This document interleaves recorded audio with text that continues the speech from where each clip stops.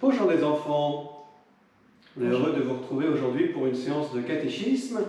Pendant ce temps de confinement, on fera du caté en vidéo. Et normalement, déjà, la dernière fois, vous avez fait le caté à la maison avec vos parents. On vous avait envoyé tout ce qu'il faut pour le faire. Et là, on va prendre la suite. Nous allons donc commencer par nous remémorer de ce que vous avez vu depuis le début de l'année et lors de la dernière séance avec vos parents. Nous avons donc vu que Dieu a créé la terre, a créé les plantes et les animaux. Et au milieu de toute cette création, il a créé l'homme à son image. L'homme a tout reçu de Dieu. Il peut penser, il a une intelligence. Dieu est maître de toutes choses, créateur, et a confié sa création à l'homme. L'homme est donc responsable. Avec son intelligence, l'homme peut connaître le monde, l'embellir, en prendre soin. Avec son esprit, il peut rendre grâce à Dieu, lui offrir la création. Nous avons vu aussi que Dieu a donné à l'homme un cœur. Et c'est dans ce cœur que Dieu vient faire sa demeure. En rentrant au fond de son cœur, l'homme peut rentrer en communication avec Dieu. C'est ce qu'on appelle la foi. Nous cherchons donc chaque jour à grandir dans l'amitié avec Dieu, à prendre un moment de prière pour échanger avec lui dans la foi. Mais Laure, est-ce que c'est facile de lui donner du temps, de l'écouter, de le laisser agir, de lui obéir et de correspondre à chaque jour à son projet d'amour? Et non, mon père, ce n'est pas toujours facile. Il y a souvent une lutte en nous. Nous ne faisons pas toujours le bien que nous voulons faire, mais nous faisons le mal que nous ne voulons pas. Pourquoi ce combat en nous? Pourquoi cette lutte dans le cœur de chacun des hommes? Eh bien, si vous voulez le savoir, je vous invite à préparer nos cœurs pour écouter la parole de Dieu. Dieu nous parle dans sa Bible. Voilà, faisons le silence et écoutons, préparons notre cœur pour qu'on soit tout disponible. On fait le silence dans nos oreilles, le silence avec nos yeux aussi, on peut fermer les yeux. Voilà, on se prépare pour être disponible à cette parole de Dieu.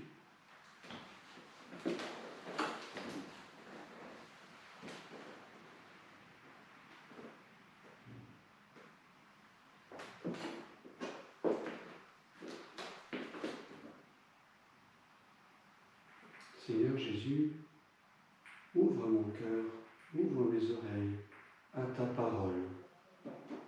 Je veux te connaître, je veux recevoir ta parole de vérité, ta parole d'amour.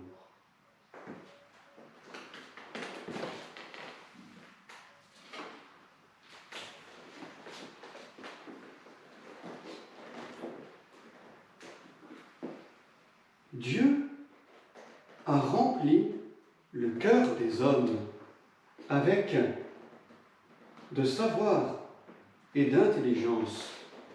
Il leur a fait connaître le bien et le mal.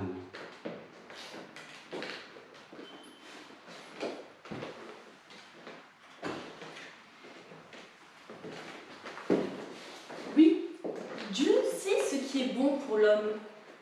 Dans son projet d'amour, Dieu proposait au premier homme et à la première femme de suivre son chemin de vie et de joie. Il les invitait à toujours choisir ce qui est bien. Le premier homme et la première femme écoutaient Dieu. Ils vivaient dans son amitié remplie de science et d'intelligence. Ils trouvaient facilement la lumière de Dieu en eux. Ils lui obéissaient, il la suivait toujours, cette lumière les rendait parfaitement heureux. Tout ce qu'ils faisaient, travailler, manger, dormir, partager, ils l'accomplissaient toujours avec Dieu, sous son regard plein de bonté. Les anges, eux aussi, participent participer à ce projet d'amour de Dieu. Mais qu'est-ce que les anges ?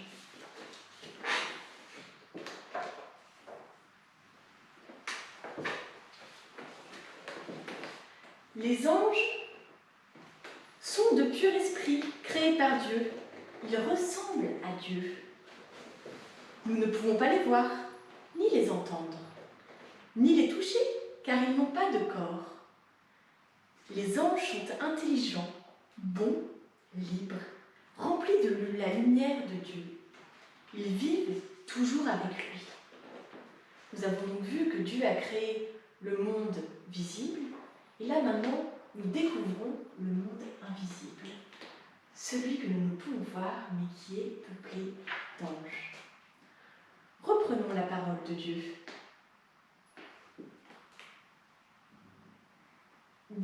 Il n'a pas été possible aux anges, les saints du Seigneur, de décrire toutes les merveilles.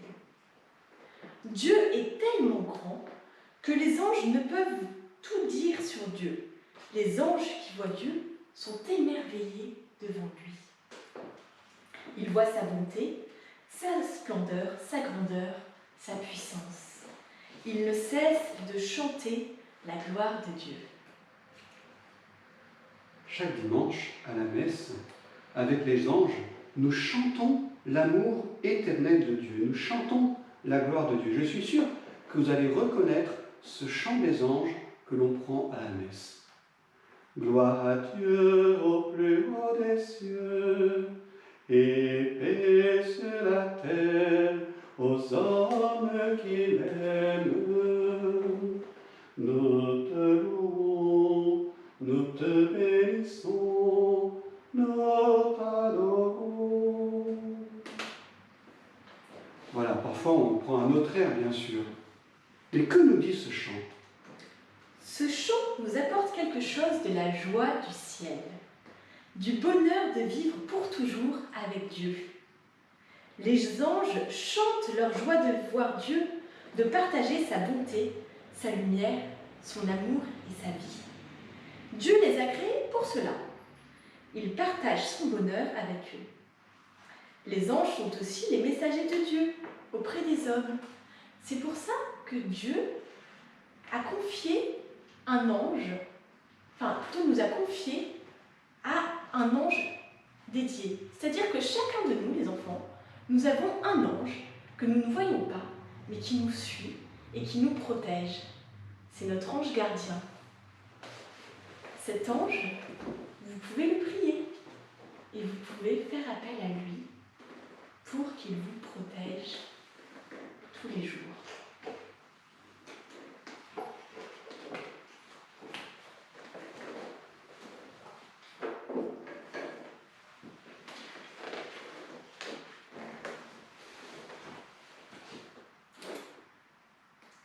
Mais malheureusement, tous ces anges ne sont pas aussi bons que l'ange gardien. Parmi ces anges, il y en a un qui a dit « Dieu m'a créé comme lui. Je suis grand, je suis fort, je suis intelligent, je suis beau. Je suis puissant, je porte la lumière. Au fond, je suis comme Dieu, tout pareil à lui. Je n'ai pas besoin de Dieu. »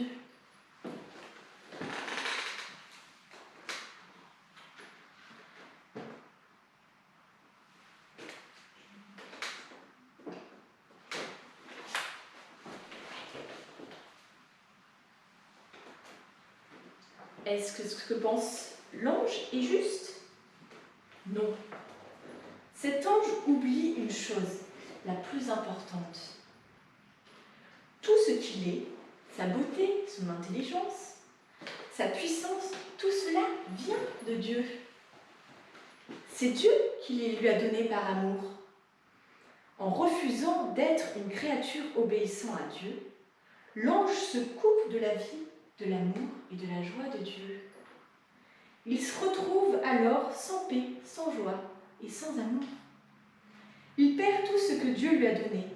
Il devient un ange mauvais qui ne pense qu'à faire le mal. La Bible l'appelle Satan, démon ou diable, ce qui veut dire celui qui sépare, qui divise. Le mauvais ange n'a qu'une seule idée, séparer l'homme de Dieu. Mais comment va-t-il faire pour séparer l'homme de Dieu? Il met un doute dans la pensée du premier homme. Est-ce que tu es sûr que Dieu veut vraiment ton bien, ton bonheur? Peux-tu vraiment lui faire confiance? L'homme peut répondre: Oui, sa lumière brille en moi. Elle m'éclaire. Je peux la suivre, lui obéir sans peur. Et c'est ce qui me rend heureux. mais le diable est un menteur. Il change la vérité. Il peut inspirer des paroles de mensonge dans le cœur de l'homme. Dieu ne te laisse pas libre. Tu es obligé de lui obéir. Tu ne choisis pas seul tout ce que tu veux. Et si tu décidais toi tout seul sans lui, tu serais alors vraiment comme Dieu, tout-puissant.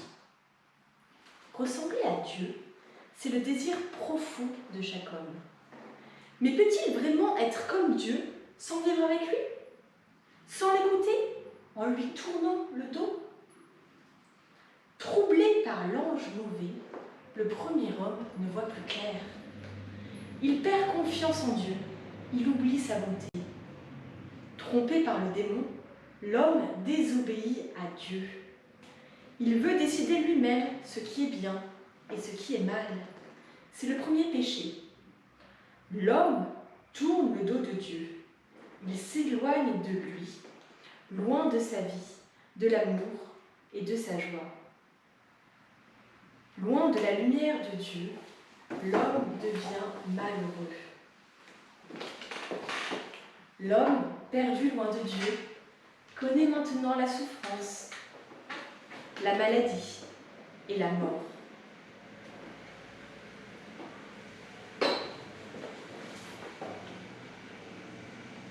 Comment l'homme va-t-il faire pour retrouver l'amitié avec Dieu? L'homme perdu ne sait plus comment se retourner vers Dieu. Mais alors, que va faire Dieu? Mais Dieu, lui, n'a pas changé. Dieu ne change jamais. Il aime toujours l'homme. Son amour est toujours fidèle. Dieu veut toujours partager son amour avec l'homme et tout lui donner. Cette tendresse de Dieu s'appelle la miséricorde. Pris de pitié pour les hommes, Dieu décide d'aller à la recherche de l'homme pour les sauver. Et il les pardonne. La Bible nous dit tout ce que Dieu va faire pour amener à lui le cœur des hommes pécheurs avec une tendresse infinie. Dieu s'adresse à eux sans se lasser. Il choisit des prophètes, des personnes chargées de préparer le cœur des hommes à accueillir sa bonne nouvelle. Mais qu'est-ce que la bonne nouvelle? Nous allons donc prendre un temps de prière pour écouter ce qu'est cette bonne nouvelle.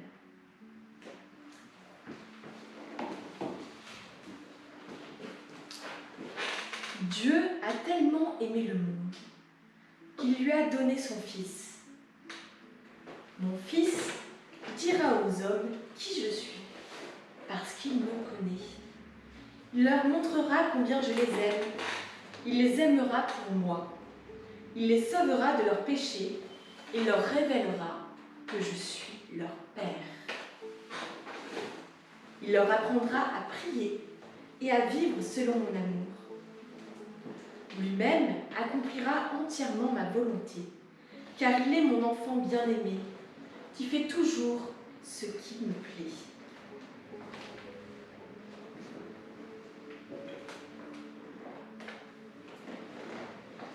Mais alors Dieu, comment te remercier? Simplement par deux mots. Pardon pour ce qui est mal et merci pour ton oui. Alors les enfants, vous pouvez prendre un peu de temps pour vous demander, mais quand est-ce que je me suis détourné de Dieu? Quand est-ce que j'ai dit non à Dieu? Et tous ces moments où on a dit non à Dieu, eh bien, Seigneur, nous te demandons pardon pour cela.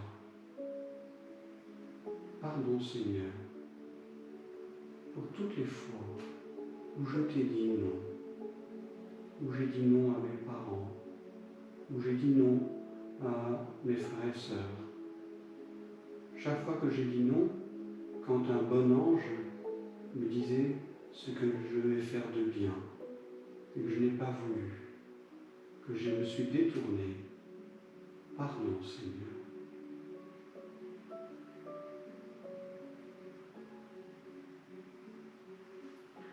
Merci, Seigneur, pour ton oui.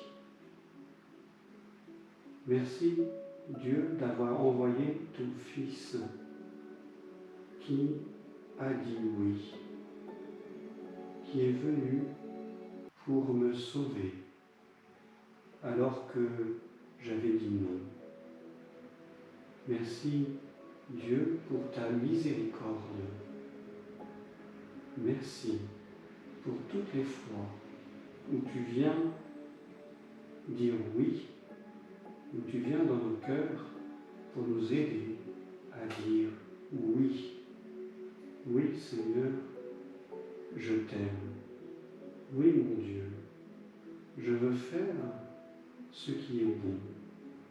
Je veux choisir ce qui est bon et rejeter le mal. Merci, Dieu. Merci, Jésus, pour ton oui.